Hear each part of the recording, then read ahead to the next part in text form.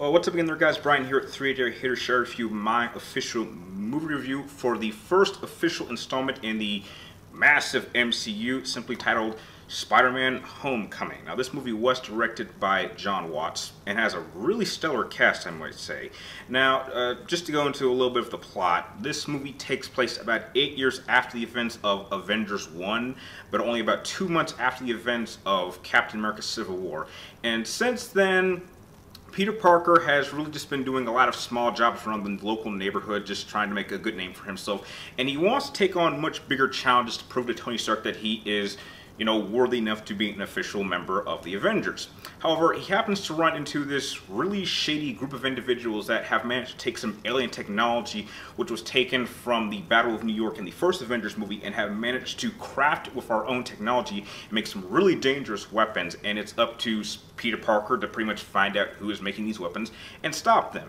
Now, I'm going to say this right off the back, that for this movie to be the first official Spider-Man movie to be a part of the MCU, I think that this was a really good first step. Not great, but a really good first step to some potential really great Spider-Man films moving forward. Now, I'm going to go over what I really liked about this film. I thought that everyone they cast did a stellar job with their performances. I can't think of anyone I thought that was lacking. I think that Tom Holland is a great Peter Parker and a very entertaining Spider-Man. I would probably say that he probably comes the closest to the comic book Spider-Man as any Spider-Man that I have seen to date. Another thing I really liked is Michael Keaton's performance as the Vulture. He is, without question, to this point in the MCU, the best villain. By far. I mean, it's incredible that out of all these films, we've had almost 10 years of Marvel movies, but this is really the first villain outside of Loki that I think that they actually added a good amount of depth. They make him very sympathetic and not necessarily entirely evil.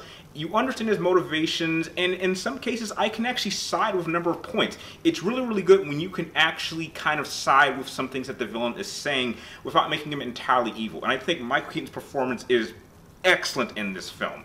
I also thought the number of the side characters, though a little bit tweaked from their comic book counterparts, I think that they very much handled really the point of their character very well. I also thought that a number of the set pieces, the action set pieces, were also very entertaining and fit the Spider-Man type vibe very well. And I even think that a lot of the humor in this film was also handled very well as many of the little Easter eggs, because there are little cameos from other members of the Avengers all throughout the film, and they never quite overshadow the fact that this is indeed a Spider-Man movie. And so I really liked the film for that.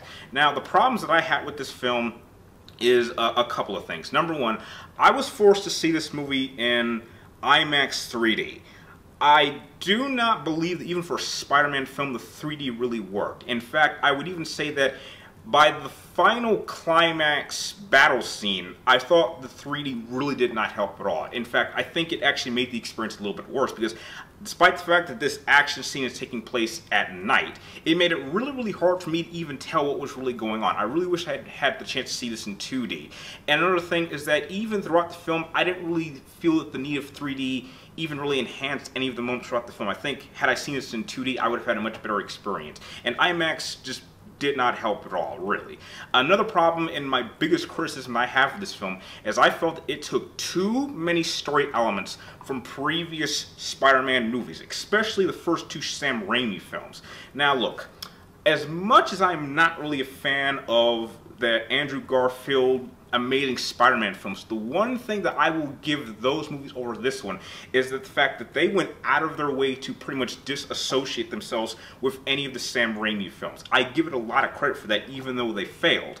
This movie did not do that at all. It took a lot of story elements. Now, some would say, oh no, it's kind of, it's different. No, it is, they clearly took too many elements from those films. They might have tried to tweak it a little bit to maybe add a little bit of originality to it, but I could see what they were doing, and I thought that it was very cheap, because by doing that, I knew where this movie was going. Anytime this movie did anything original to make it stand apart from the Sam Raimi films or the Amazing Spider-Man films, that was when the movie was at its best. However, there are just too many things that were sticking out to me from the previous films. And because of that, I felt that this movie did not handle those story elements as well as those first two Sam Raimi films, especially the first two. However, that's not a major strike against the film because overall, this is a great setup, and they even did a really good job at not spending too much time establishing what is going to happen in future films, but really did do the best they could to make the best focused Spider-Man film that we've seen in some time, probably even since maybe the first two Sam Raimi films, which I'm a major fan of. However, that being said, this is by far not my favorite Spider-Man movie. This is definitely, at least to me, not nearly as good as the first two Sam Raimi films. Those are still my favorite. I would put this number 3 on my list. And the fact that even going into this movie, I did say that as much as I was paying for this film, which I ended up paying $40 for it, this movie needed to be an A- film, and unfortunately it doesn't do that. If I had to give Spider-Man Homecoming a rating, I'm going to have to give it a solid B. This is definitely a good Spider-Man film, and it sets up the possibility of us having some really, really great Spider-Man films. But for a first attempt at really establishing Spider-Man within the MCU, I think that they stumbled a little bit, and I think they need a little bit more originality, and they need to have more, how should I say, confidence in themselves instead of relying on old material. But other than that, if you haven't seen this film already, I still think this is a great film to see in theaters. If you like my movie review, feel free to like, comment down below, and please subscribe to check my future movie reviews. And like always, thank you guys for watching. You're awesome, and I will see you next time.